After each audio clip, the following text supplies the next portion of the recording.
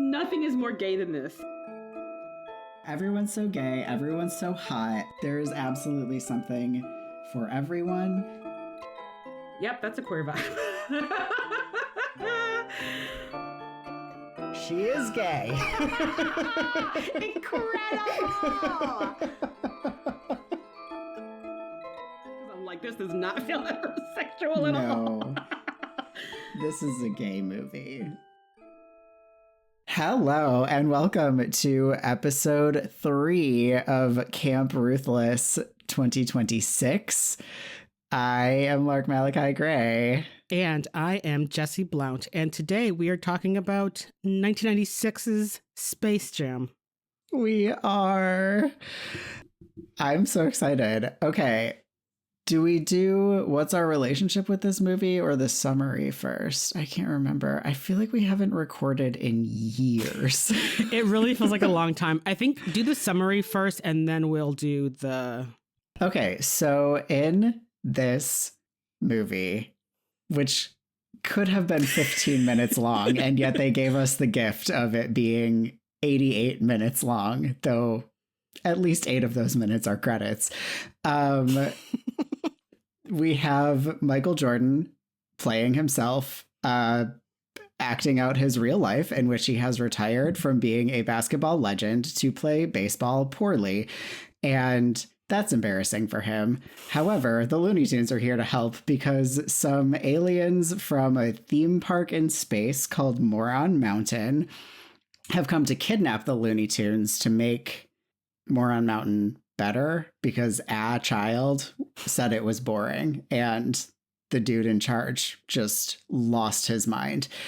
So the Looney Tunes are like, well, these aliens are teeny tiny little guys, so we will simply challenge them to a game of basketball. But they don't know that these aliens are also magic, ? Aware that they're cartoons, ? Whatever. So they go steal the talent of some NBA basketball players, including Charles Barkley and 4 other guys that I didn't know because they weren't in a bunch of commercials when I was a child. And those are the only athletes I will ever know the names of. That's accurate. Yeah. And then they turn huge and also very good at basketball. And so the Looney Tunes are like, shit, we also have to get a basketball player's help. But instead of stealing talent because they have morals, they steal Michael Jordan and take him to Toon World to help them win a basketball game so that they don't have to become slaves of a theme park in space. And he helps them. And Bill Murray is there, and Michael Jordan remembers that he's good at basketball and not baseball, and so he goes back to playing for the Bulls, which also happened in real life. The end. Truly, all biopics should just involve Looney Tunes is what we're learning from this movie. Right? Oh my God, it's so great. So, yep. For the record, I feel like this is the only time that a summary of the media in question is capable of completely encompassing the entire plot. Like, if listeners, if you don't watch this movie, you know every single thing that happens in this movie because, like, and Bill Murray was there, does all of the work that you need to know, like, what Bill Murray is doing in this movie. Yeah. You know, because he's, like, playing Bill Murray. I don't know. It's great. Anyway, Jesse, what is your relationship with this movie? So I was thinking about this. I don't think I saw this in theaters. I've definitely have seen this movie, but clearly not a bunch of times because I really did not have really much memory of this movie at all when I watched it, which seems weird. A lot of the hits on the soundtrack, though, played on rotation in the 90s, so knew most of the hits on the soundtrack. Yeah. Yeah, which is weird. I feel like Nicole was telling me that she watched this movie a lot. And I'm like, I don't know. I'm just like, that is funny. I'm like, can I believe my white wife has watched Space Jam more than I have? That is... It's possible that at least some of her watching it a lot was because she would like come to my dad's house with me sometimes. And that was one of the like 5 movies that we had at my dad's house. So like I watched this movie a lot. And I think most of what I watched a lot in like middle school, Nicole also watched a lot. So this makes sense to me. Yeah. So you have a relationship with this movie that you watched a lot in middle school. I did. Yes. We had it on DVD. I think it was DVD. I still have it on DVD, but I was looking at it last night. But I was trying to find the runtime, and then I saw it was like, you know, copyright or whatever, like 1996, but then it was like DVD material 2010. And I was like, 2010? Like, where the fuck did I get this specific DVD? And I don't have an answer to that question. Like, maybe I found it in a free box or like, but I don't think I'd ever watched it. Because like, I don't think Evan and I have ever watched Space Jam together, and we have been together since 2010. He's the primary person I watch things with for the last 16 years. So like, I don't know. Anyway, but yeah, I watched this all the time. There were several things in this movie that I know my brother and I would quote insufferably to our mom that I had forgotten were from Space Jam. Yeah, I love this movie. I think it's great. I think I would have guessed that a lot more happened in it based on how attached I was to it, but it kind of doesn't matter. Nothing happens in this movie. Yeah. I think I've watched Who Framed Roger Rabbit more than I've watched this movie, which is a political movie in a different kind of way that I think that I appreciate. It's also a little bit scary. And this is also a movie is a little bit scary in a way I'm just like, ugh. But yeah, I think I was not prepared to rewatch this and be like, I have no memory of any of this. Sorry, I just remembered that I told you I would add Who Framed Roger Rabbit to the Patreon list, and then I forgot to actually do it, so I just did it right now. Yeah, all right. So let's talk about all of the things. We're going to get started with the front page where we talk about everything that doesn't go anywhere else. What do you have first? So we get this Space Jam song over the montage of Michael Jordan growing up in this alternative history of Michael Jordan's biopic. And, yeah. And I'm like, the Space Jam song is so fucking good. I'm like, this is an excellent dance song. And I'm also just like, if I was a DJ that had a gay dance party, the Space Jam would be the name of my gay dance party. Nice. Yeah, good. So. And yes, that song is so good. It's been stuck in my head all day. Yeah, same. It's been stuck in my head also the past like 2 days. And I'm like, I can't even be mad about this. This is such a good song. Yeah, it's really good.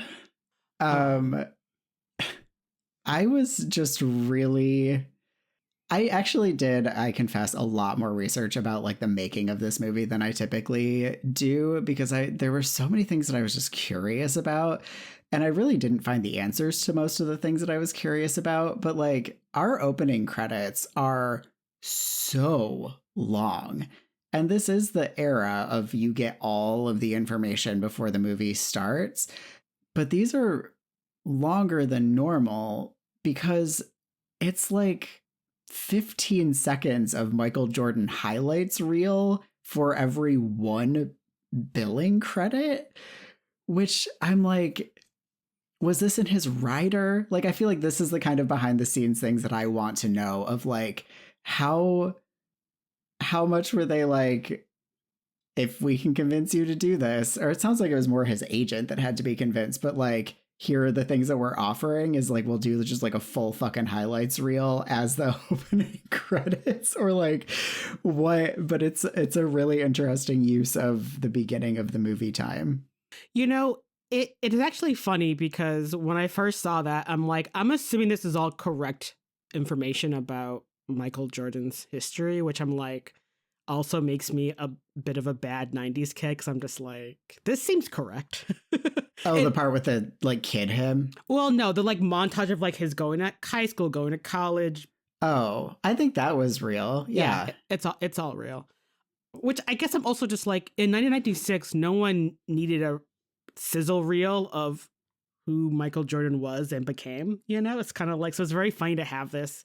It's useful now when you're just like me, you're just like, oh yeah, that's cool. Really did devote his whole life to being the basketball player of all time, you know? Yeah. So I think it's your turn.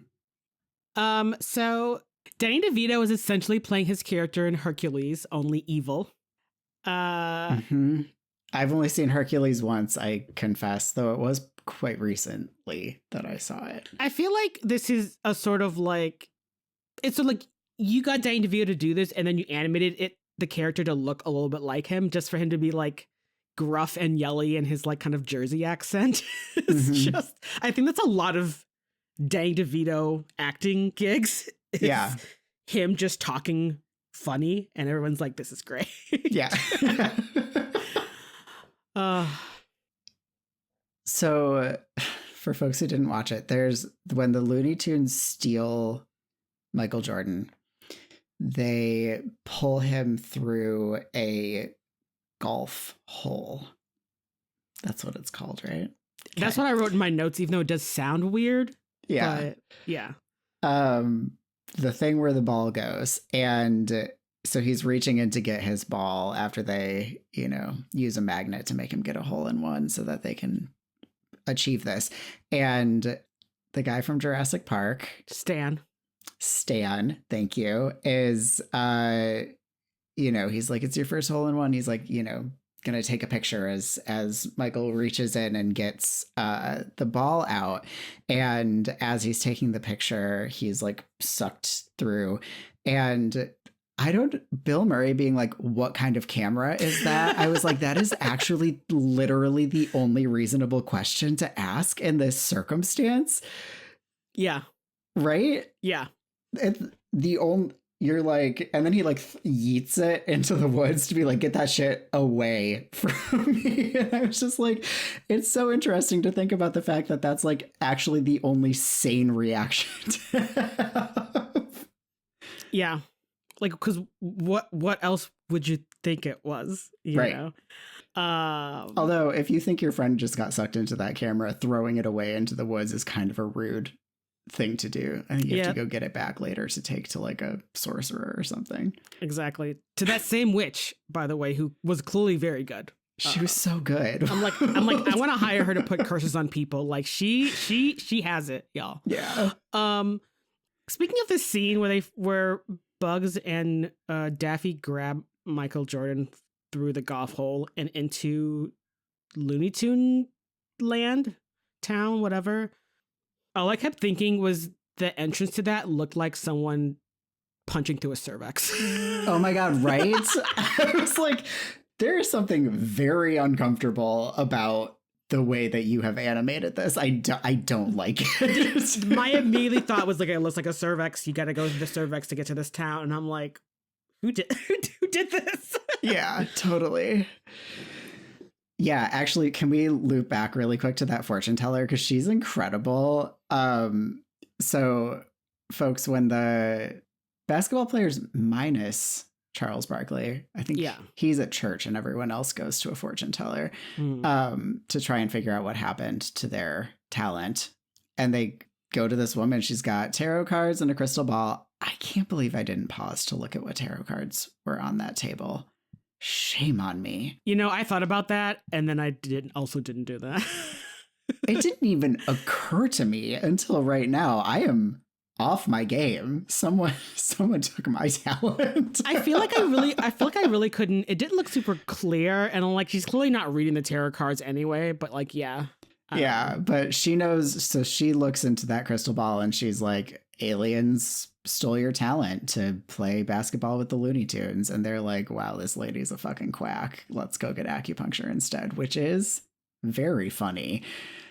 But I just, as a gag, like, just incredible to have it you know, be that she just is like the real deal all the way is an unexpected place for that scene to have gone. And I love it so much. Yeah, I actually, one of the things I really like about this movie is that the movie is aware of how silly this premise is. And it's like, isn't that silly? But we're all having fun. And I'm like, yep, we all are having fun. You're right. Right. And I feel like that's a lot of what makes this movie camp, right? Makes it qualify for our summer camp series, is that they're just like, isn't this a weird thing that we're doing right now? Here you go. And yeah. I love that. Yeah, the fourth wall is firmly being acknowledged here. Yes, yes. I have to say that the CGI animation, except for in a couple of instances, looks incredible. It does, yeah. Even now, we recently upgraded our TV to like a fancier, newer TV, and I'm like, oh no, everything that I watch on a DVD is gonna look awful. Or whenever we rent an old movie, I'm like, oh no, it's not gonna look good. This movie looks great in whatever fancy LED television screen technology I'm looking at, and I'm like, the animation looks good. The like CGI is so 90s in a way that I'm just like, oh, I love the aesthetic of the Moron Mountain amusement park. This movie looks so good. It does. It does. It's funny that people were bothered by the sort of 3D-ification of the Looney Tunes, right? Which I really wasn't like not a Looney Tunes kid at all, but I watched a lot of Animaniacs and Tiny Toons. But I had seen enough that I was like, oh, they don't usually have shadows on them, you know? Yeah. But I don't know, it felt very, this is what a like slightly more three-dimensional Bugs Bunny would look like. I just think they really nailed it. Yeah, no, it is really incredible. They did an excellent job. Yeah. I gotta say, the gag where the basketball players are walking through the hospital and the doctor and Muggsy, the short one, he's so short, not just for a basketball player. He is 5'3". He is a teeny tiny person. I love a short king. Right? Anyway, so he and the doctor are walking, they go through a doorway, and then like the three tall guys just like walk into the doorway and fall down. I was like, this is my kind of slapstick. I gotta say, some of my favorite bits of the movie are the other five basketball players dealing with the loss of their skill, which is, from their perspective, a literal actual nightmare, because they're professional athletes, and they're just like, something weird happened, and now I cannot play basketball. But yeah, the sort of the vignettes they do with that is, they're all so funny. Yeah. I love every single one of them. Seriously. The one white guy who is, I think, 7'6", the shot of him laying on the therapist couch and his like, he looks like the dude from One Fish, Two Fish who's too tall for his bed. Like his legs are just out into space, and the shot is so like from the floor looking towards him, so that you just like see these miles of legs. It's so funny. I know. It's so good. Yeah. What did you have next? Monstar should be someone's drag name immediately. What a good name. Holy shit. Yeah, it's really great. And their logo is really cool too, I gotta say. I know they're the bad guys, but like they have way cooler jerseys. Yeah, I was really, the colors of them, I was really excited about. Yeah. Okay, I think this is my last thing here, which is that the joke where Bill Murray shows up to join the Toon basketball game. And who is it? It's the bad guy, right? The leader of Moron Mountain is like, I didn't know Dan Aykroyd was in this picture. It's such a good show. I know. It is really good. Yeah, the follow-up joke when it's just like, how did you get here? And he's like another producer, and like one of the monsters is just like the corruption. Yeah, it's so good. Especially because it is true. The producer of this movie directed Ghostbusters, so he does in fact know nice. both Dan Aykroyd and Bill Murray. Amazing. So it's a layered joke, but it's like also a true joke. Okay. I appreciate a lot of the cartoon logic. I still find this spit shine bit kind of gross. It's a little gross. I'm just like, well, I don't like this. Yeah. We're a very spit negative podcast over here. Yeah. One thing I really cannot get behind, actually. Yep. And lastly, there's a gag about two mice with like really high pitched voices that are like, oh, we're gonna do the announcement, and then one of them like takes a breath and is like this like very bombastic announcer voice. That is literally my voice when I'm on the phone at work, and then I hang up the work phone. It's really hard to not like do the like sort of like up voice of professional phone talking. I've been trying to like just use the tenor of where my voice is right now, but sometimes I'm just, why am I talking like 3 octaves higher on just someone on the phone? That's so funny because I also was like, this is very relatable because for me, it's because I spend all day only talking to dogs, whether it's my own dog or dogs that I'm dog sitting. And then suddenly it's like, time to make a podcast, and I have to like remind my voice what my voice actually sounds like. Like before every recording, I just sing really loud to be like, hello, voice box, let's get out of like baby talk register. And when I don't do that, you can hear my voice get deeper over the course of the recording because like it just kind of stays in the register that I've been talking in all day. Yeah. Glad this is a relatable, totally experience for all of us. Get in front of a microphone, put on your big boy voice. Yeah, exactly. All right. Welcome to Community Profiles, where we talk about characters. I only have Michael Jordan here, but we can talk about whoever. Yeah, let's talk about Michael Jordan in this movie. I think you should start.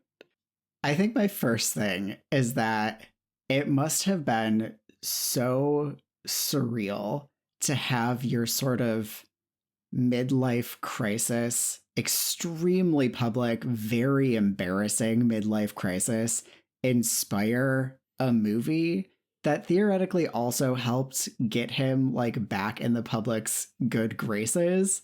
Post extremely embarrassing midlife crisis. I was just like, your flop era inspired a major motion picture starring you. Like that must have just been the weirdest possible thing that maybe any human has gone through.